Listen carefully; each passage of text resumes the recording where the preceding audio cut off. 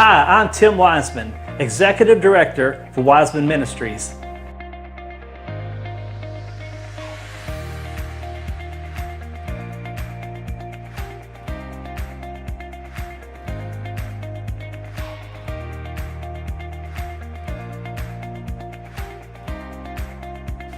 The next thing I'm going to tell you about is our inspection process. When the harvesters are out in the field and they're picking the berries, they put them into flats, and we have 8 cups that go into each flat. When they bring the flat up to the inspection trailer, we go through a process of checking each one of them. We open up the cups, we look through them very thoroughly, and make sure they have 3 different characteristics. First of all, they have to have the right firmness. We pick our blackberries just a little bit before they are truly ripe and ready. The reason we do that is for shipping. When the berry is firm, it ships better to the market. Also, it gives the berry enough time to mature before it reaches the grocery store. The next thing we look for is the taste. If you pick the blackberry too soon, it has too much of a sour taste to it. So you have to allow the blackberry to fully mature, and then it'll have a nice sweet taste to it, very juicy, very plump, incredible quality. The third characteristic of a blackberry is the size. You want it to be about the size of a quarter or larger. Anything smaller than that, and the blackberry is not truly matured yet. So our harvesters are in the field doing the one pick program, one pick from the vine into the cup, and then they bring them to the inspection trailer.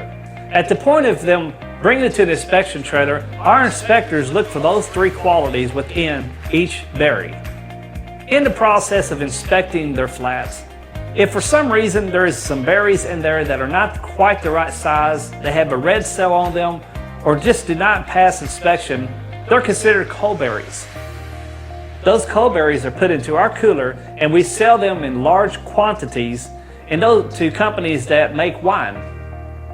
Once we have several flats of blackberries, we put a white towel over them to protect them from the sun, and we transport them to our cooler. Immediately upon entering the cooler, we go through a 45-minute cooling process, allows deep penetration of cool air all the way through the blackberries. We do this to extend the life of the blackberries when they hit the shelves at the grocery store. The last part of our inspection trailer is at the end of each day, we wash it very thoroughly and we restock it with flats and cups, sanitation, and other items that are needed to prepare so that the next morning we are ready to go approximately 6 a.m. to 6:30 a.m.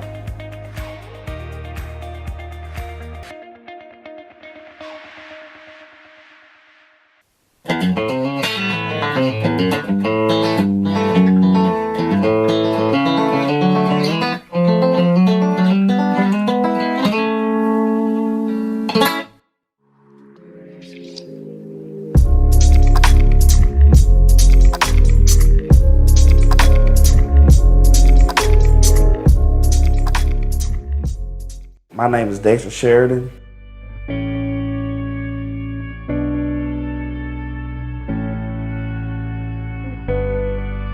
I was born in 1983 from Monroe, Louisiana, and this is my story. I went to school, I played football, I played basketball. I was doing good. I went to church, I was baptized, I was in the choir. My grandma died in 2005. That's when I started doing crack cocaine. I started losing my character. I forgot who I was. I forgot what everything that sports had taught me. I forgot everything. I even forgot about how God delivered me for stuff. So instead of going to him, I started going to drugs. When I moved to Longview, Texas, I was still in my addiction. And my brother called me one day and told me, do I want to work for him? And I was doing good for a while. But at the time, I met somebody. She called a week later telling me that she was pregnant. So when he was born, I came back, but by the time I came back to Longview, CPS had it. I was in a losing battle for them. I didn't have no house, I didn't have no car. I just came to have a son and can't be able to take care of him and doing all this, and so I knew I couldn't help it, and because I didn't know what else to do.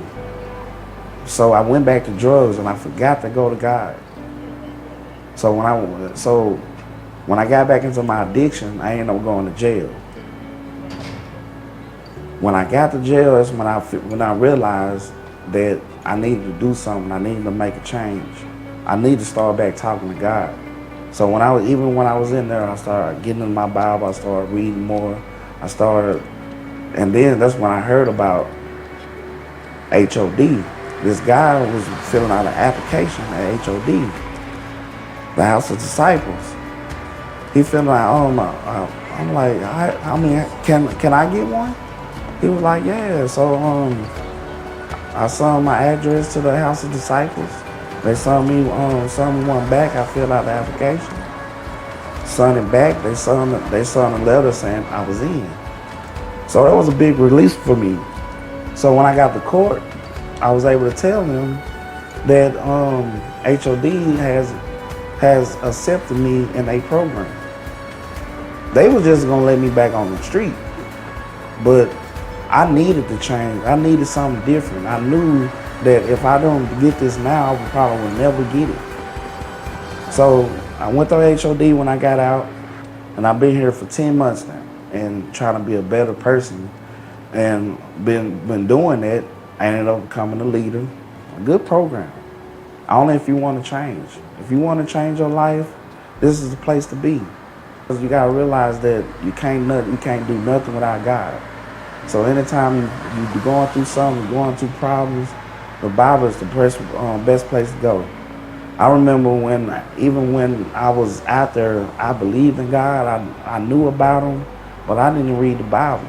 But since I've been here, I've been learning, I've been teaching, and people have been teaching me.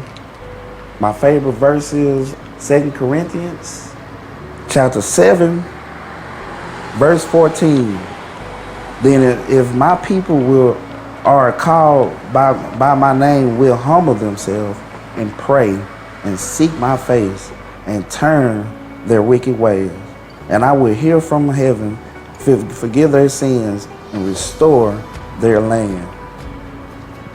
I heard that one day when he told me that. I mean, when it sounded like I knew he was talking directly to me. He said, "Go get in the program. Turn from your wicked ways." There's always a chance. And I repented. I've been here for quite some time now, and I like it here. I'm building at the trust plant now, you know, and what it have taught me being a builder is when we get bundles in. When we get bundles in, it's broke. I mean, it's all in pieces. We have to put them pieces back together. And it was kind of like when I got in, I was broken. I was discouraged, and I was weak. I was vulnerable, and it taught me that when you're broken, when you're outscourged, you got to remember God is always putting you on that table, and He's trying to mold you the way He wants you to mold you. And I just encourage y'all, just lean on God, give it to Him. He'll make everything better.